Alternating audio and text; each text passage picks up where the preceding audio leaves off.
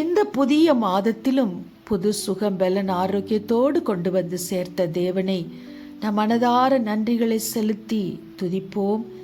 இந்த மாதத்திலும் ஆண்டவர் நமக்கு ஒரு அனுகூலமான அடையாளத்தை செய்து முடிக்கப் போகிறேன் என்று வாக்கு கொடுக்கிறார்.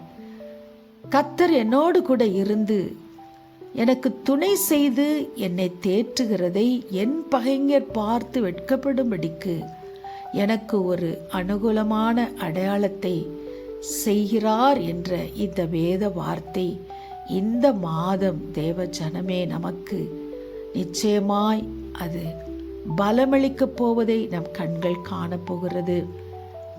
நம்முடைய வாழ்க்கையில் அநேக பகுதிகளில் சத்ருவானவன் தோல்வி, வேதனை, வியாகுலம் என்று சொல்லி நம்மை அப்படியே ஆசீர்வாதங்கள் இல்லாத ஒரு பகுதியிலே நம்மை வைத்திருக்கிறதையும், அது நிமித்தம் நம்முடைய இருதயங்களெல்லாம் தொய்ந்து போயிருக்கிறதையும் கர்த்தர் அறிந்துதான் இந்த வார்த்தையை மெய்யாகவே நமக்கு இந்த மாதம் அனுப்பி அதை நிறைவேற்ற ஒரு உண்மை உள்ளவராயிருக்கிறார். வேதத்தில் ஆபிரகாம் என்ற தேவ மனிதனுடைய குமாரனாகிய ஈசாக்கு தானும் தன் தகப்பனுமாய் சேர்ந்து தோண்டின கிணறுகள், நீரூற்றுகள், துறவுகள் எல்லாவற்றையும் அவருடைய பகைஞராகிய பெலிஸ்தியர் பொறாமை கொண்டு அவைகளை தூர்த்து போட்டபடியினால் அந்த ஈசாக்கு மிகவும் மனம் அடிவாகி தன் வேலைக்காரரோடு அந்த இடத்தை விட்டு கடந்து கேரார் என்கிற பள்ளத்தாக்கில் போய் தனக்கு நீரூற்றுகளை உண்டாக்கி விடலாம், அங்கே வாழ்ந்து கொள்ளலாம் என்று சொல்லி அவர்கள் அந்த இடத்தில் அவர்களுக்கு நீரூற்றை உண்டாக்கினார்கள்.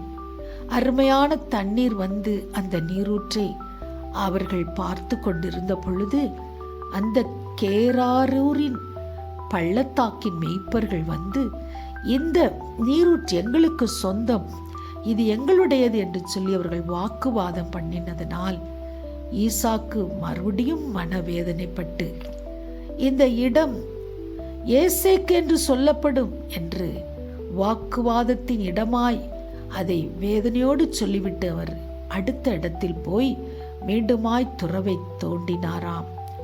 அங்கே மீண்டும் நல்ல நீரூற்றுகள் உண்டானது.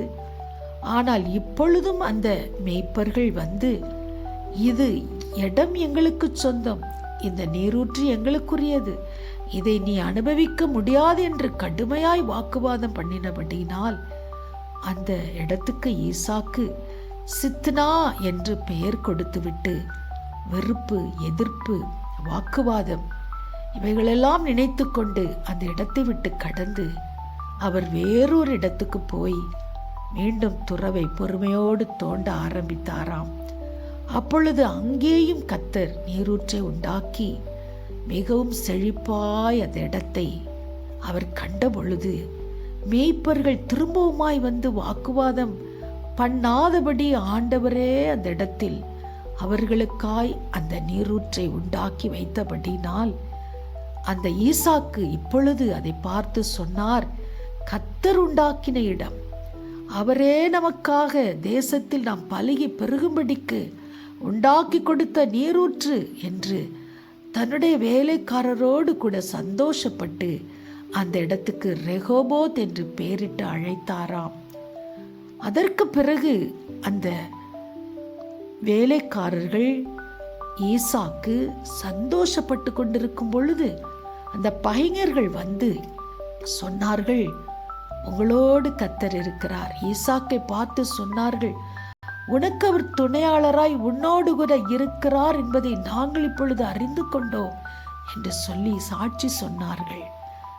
இதை கேட்டுக்கொண்டிருக்கிற சகோதரா, சகோதரி, நம்முடைய வாழ்க்கையிலும் கூட நம்மை சுற்றிலும் வாக்குவாதம், வெறுப்பு, எதிர்ப்பு, கடும் போராட்டத்தின் மத்தியில்தான் நம்முடைய ஆசீர்வாதங்களை கூட நாம் இழந்தவர்களைப் போல காணப்படுகிறோம்.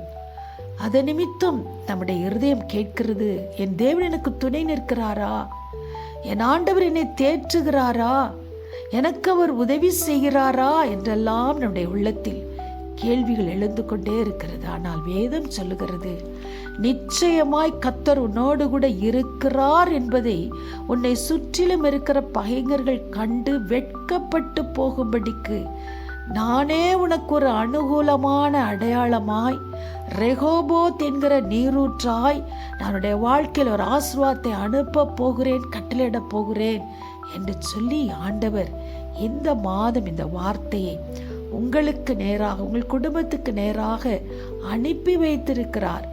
ஆண்டவரே உமக்கு நன்றி என்று சொல்லி இந்த வார்த்தைகளை நமக்கு சொந்தம் பாராட்டி எடுத்துக்கொள்ளுவோம். ஏசேக்கு சித்துனா என்கிற நாட்கள் நம்முடைய ஜீவியத்தில் முடிந்து போகிறது. தேவ ஜனமே, வாக்குவாதம் பண்ணி நம்முடைய வாழ்க்கையில் வெறுப்பையும் எதிர்ப்பையும் மாத்திரமே பார்த்து பார்த்து நீரூற்றுகள் இல்லாத ஒரு பாலைவனம் போல வாழ்ந்து கொண்டிருக்கிறீர்களோ, தேவன் இந்த மாதம் ரெகோபோத் என்று உங்களுடைய வாழ்க்கையை அவர் நீரூற்றுகள் நிறைந்த செழிப்பான ஒரு இடமாக மாற்றப் போகிறார் என்கிற இந்த செய்தியை உங்களுடைய பகைஞர் பார்க்கத்தான் போகிறார்கள். அவர்களே ஒருவருக்கொருவர் பேசிக்கொள்ள போகிறார்கள். இவர்களோடு கர்த்தர் இருக்கிறார், இந்த மகளோடு இந்த மகனோடு கர்த்தர் துணையாளராய் நின்று தேற்றுகிறார், இந்த அடையாளத்தை நாங்களே பார்க்கிறோம் என்று அவர்கள் பேசிக்கொள்ளும்படி கர்த்தர் அனுகூலமாய் உங்களுக்காக ஒரு வாசலை திறக்கப் போகிறார். விசுவாசத்தோடு பெற்றுக்கொள்ளுவோம். தேசத்தில் நாம் பலுகி பெருகும்படிக்கு கர்த்தர் நமக்கு இடத்தை உண்டாக்கினார் என்று சொல்லி அந்த ஈசாக்கு சொன்னது போல இந்த நாட்களிலும் நம்முடைய தேசத்திலும் நம்முடைய வாழ்க்கையிலும் நம்முடைய குடும்பத்திலும் இந்த வார்த்தை நிச்சயமாய் வந்து பலிக்கும். தேவ ஜனமே, ஆமேன் என்று சொல்லி அதை அப்படியே தாழ்மையுடன் ஏற்றுக்கொள்வோம். God bless you. Thank you.